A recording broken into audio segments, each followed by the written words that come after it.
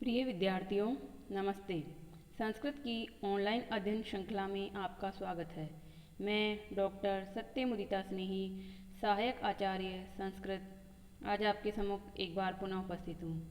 हम किरातार्जुनीयम महाकाव्य के प्रथम सर्ग का अध्ययन कर रहे हैं। इसमें 3 पद्य हम पढ़ चुके हैं। आज हम चौथा पद्य पढ़ते हैं। चौथे पद्य के लिए देखिए स्क्रीन पर, क्रियासु युक्तैर्निपचार चक्षुषो न वञ्चनीया प्रभवोऽनुजीविभिः अतो अर्हसि सन्तुं साधु साधु वा हितं मनोहारि च दुर्लभं वच हितं मनोहारि च दुर्लभं वच। परीक्षाओं की दृष्टि से ये पद्य बहुत इम्पोर्टेंट है, बहुत महत्वपूर्ण है। इसमें अंतिम जो पंक्ति है वह एक सूक्ति है, हितम मनोहारि च दुर्लभम वच। यही इस श्लोक का सार है। तो हम शुरुआत करते हैं इसकी अन्वय की दृष्टि से। तो देखिए, सबसे पहले इसमें संबोधन है, वनेचर के द्वारा ही कवि कहलवा रहा है। वनेचर के मुख से ही कहा जा रहा है। अभी तक सुनने वाले हैं राजा युधिष्ठिर और कहने वाले हैं वनेचर, जो कि गुप्तचर बनकर दुर्योधन के राज्य में गए थे और वहाँ से अपनी सूचनाएं लेकर आए हैं। तो वह कह रहे हैं, नृपः यानी कि राजा, हे राजा युधिष्ठिर, क्रियासु युक्तई, क्रियाओं में युक्त किए गए, नियुक्त किए गए यानी कि कार्य में लगाए गए। नीचे वाली लाइन पे आइए, अनुजीवी भी यानी अनुजीवी यानी कि सेवकों के द्वारा। चार चक्षुषः प्रभवः, चार चक्षुषः, चार यानी गुप्तचर, गुप्तचर चर से चार बना है। गुप्तचर रूपी चक्षुष यानी आँखों वाले, प्रभव यानी प्रभु, प्रभु यानी स्वामी, न वंचनीया, ठगे नहीं जाने चाहिए, वंचना जिनकी नहीं की जानी चाहिए, ऐसे।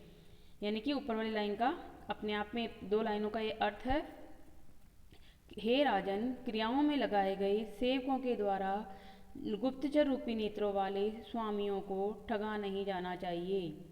अतः अतो अर्हसि, अतः इसीलिए, संतुम अर्हसि, क्षमा के योग्य हूँ, असाधु साधु वा, असाधु, साधु का मतलब होता है अच्छा, और अ लग गया उसके आगे, नया समास हो गया, तो यानी जो अच्छा नहीं है यानी अप्रिय, वा अथवा साधु यानी प्रिय, यानी कि अच्छी बात या बुरी बात जो भी मैं कहूँ उसके लिए, अतः अर्हसि संतुम, अतः संतुम अर्हसि, मैं क्षमा के योग्य हूँ। यानी कि मैं आपका गुप्तचर हूँ, मैं आपको जो बात कहूँगा वो आपको, कुछ बातें ऐसी हो सकती है जो आपको अच्छी लगे, कुछ बातें ऐसी हो सकती है जो आपको अच्छी ना लगे, क्योंकि वो शत्रु की प्रशंसा होगी, परंतु वो सत्य है, मेरे आंखों देखा सत्य है, इसलिए आप मुझे क्षमा करें। आगे ये एक तरह से किरातार्जुनीयम महाकाव्य का सार है ये पद्य, और इसमें पद्य के अंतिम पंक्ति जो सूक्ति है, हितम मनोहारि च दुर्लभम वच, ये आपको संस्कृत साहित्य में कहीं भी पूछी जा सकती है। आपके फाइनल एग्जाम में 2 नंबर में पूछी जाती है। इसकी व्याख्या करिए, या ये कथन किसको कहे, किसने कहे, या इसका मीनिंग क्या है।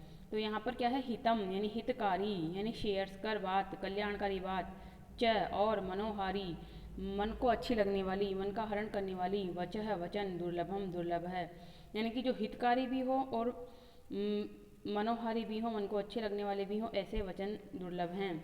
यह लाइन बहुत सिंपल है, आप आराम से समझते होंगे। आपको जब भी कोई सलाह देता है इंसान, तो आपको उसकी बातें कड़वी लगती है, क्योंकि दवाई तो कड़वी होती है, परंतु वो आपके लिए कल्याणकारी है, वो आपके रोग को दूर करती है। उसी प्रकार से हितकारी बात और मनोहारी वचन दुर्लभ हैं, मिलते जरूर होंगे परंतु दुर्लभ, दुर्लभ का क्या मतलब, बहुत मुश्किल से मिलते हैं।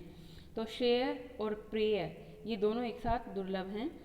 हितकारी वचन एक औषधि के समान होते हैं, जो कड़वे होते हैं पर बाद में परिणाम में अच्छे होते हैं। जैसे कि दवाई पिलाई जाती है, प्राचीन ज़माने में जो दवाई पिलाई जाती थी उसमें तो कैप्सूल का निर्माण नहीं होता था, डायरेक्ट ही पी जाती थी। वर्तमान में तो इस तरह की दवाइयों का निर्माण हो रहा है कि कड़वी दवा को प्लास्टिक के कवर में डाल देते हैं, तो आपको उसका टेस्ट भी पता नहीं चल पाता, परंतु वह जब पेट में जाता है और वहाँ पर वो प्लास्टिक का कवर घुल जाता है और दवाई बाहर निकलती है, तो आपका रोग दूर होता है, तो वो बाद में हितकारी, परिणाम में हितकारी सिद्ध होती है। उसी प्रकार से यहाँ पर राजा को जो वनेचर यानी गुप्तचर जो बात कहेगा वो सुनते ही अप्रिय लग सकती है, परंतु बाद में उनके लिए वो हितकारी होगी, क्योंकि उसी के आधार पर वो निर्णय लेंगे कि किस तरह से वो शत्रु का नाश कर सकते हैं।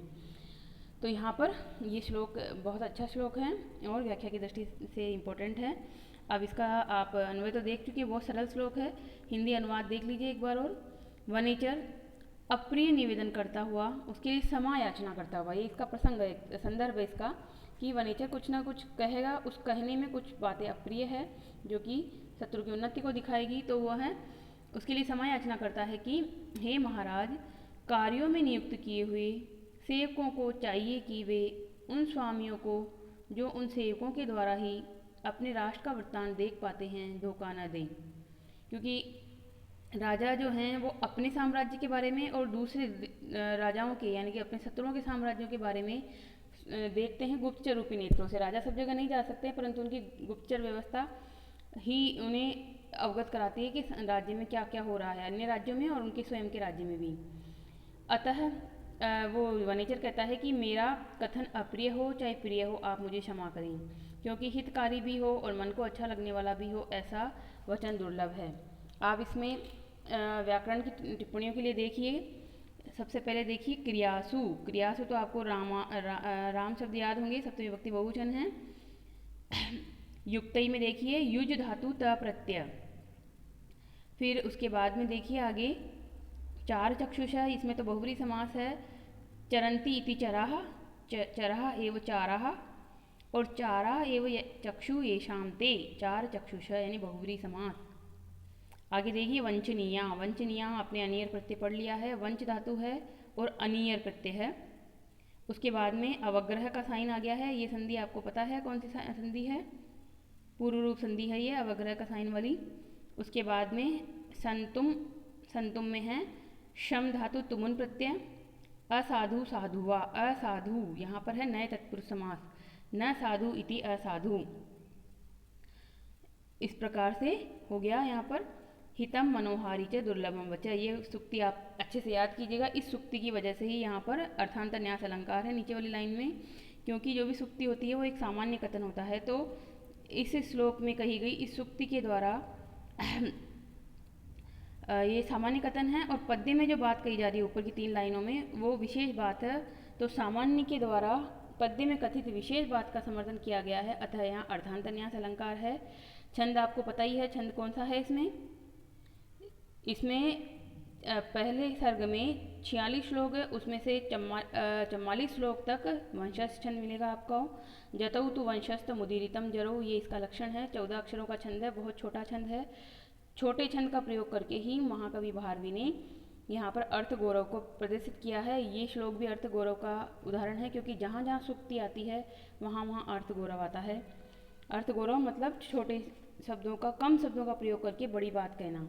अब आप इसमें विशेष क्या लिखेंगे, विशेष लिखेंगे आप इसमें कि एक राजा की जो गुप्तचर व्यवस्था होती है वो जितनी सुदृढ़ होती है उतना ही उसका राज्य सुदृढ़ होता है। तो देखिए विशेष में लिखना आप कि अकेला राजा अपने राज्य या दूसरों के राज्यों की स्थिति को नहीं देख सकता, वह गुप्तचरों द्वारा ही अपने अथवा दूसरे राज्यों की स्थिति और कार्य अकार्य की पूर्ण और वास्तविक जानकारी रखता है। इसलिए जिस राजा का गुप्तचर विभाग जितना सुदृढ़ और सक्रिय होता है उसका राज्य उतना ही निष्कंटक समझा जाता है, और जिसका यह विभाग असंगठित, निष्क्रिय और मिथ्याचारी होता है वह शीघ्र ही पतन को प्राप्त होता है। राजा के लिए गुप्तचर के नेत्रों से जैसा देखा जाता है वैसा ही उसके लिए प्रमाण होता है। तो इसीलिए राजा के नेत्र कौन होते हैं, गुप्तचर होते हैं। इसलिए गुप्तचर व्यवस्था को सुदृढ़ रखना चाहिए और राजा को हमेशा उनकी बातों पे विश्वास भी करना चाहिए, और गुप्तचरों को भी अपने राजा को ठगा नहीं जाना चाहिए। ये श्लोक बहुत इंपॉर्टेंट है। आपके पास किताबें हो तो अच्छी बात है, किताबें ना भी हो तो भी आप के लिए मेरी यही उपदेश है कि हितकारी आपके लिए यही है कि आप कॉपी पेन लीजिए और श्लोक को लिखिए और बार बार उसको सुन के उसका अर्थ समझिए। यही आपके लिए हितकारी है। भले आपको ये बात कड़वी लगे, परंतु एग्ज़ाम में आपको यही अच्छे नंबर दिलाएगी। हितम मनोहारिज दुर्लभम वचम, यही मेरा कथन है। धन्यवाद।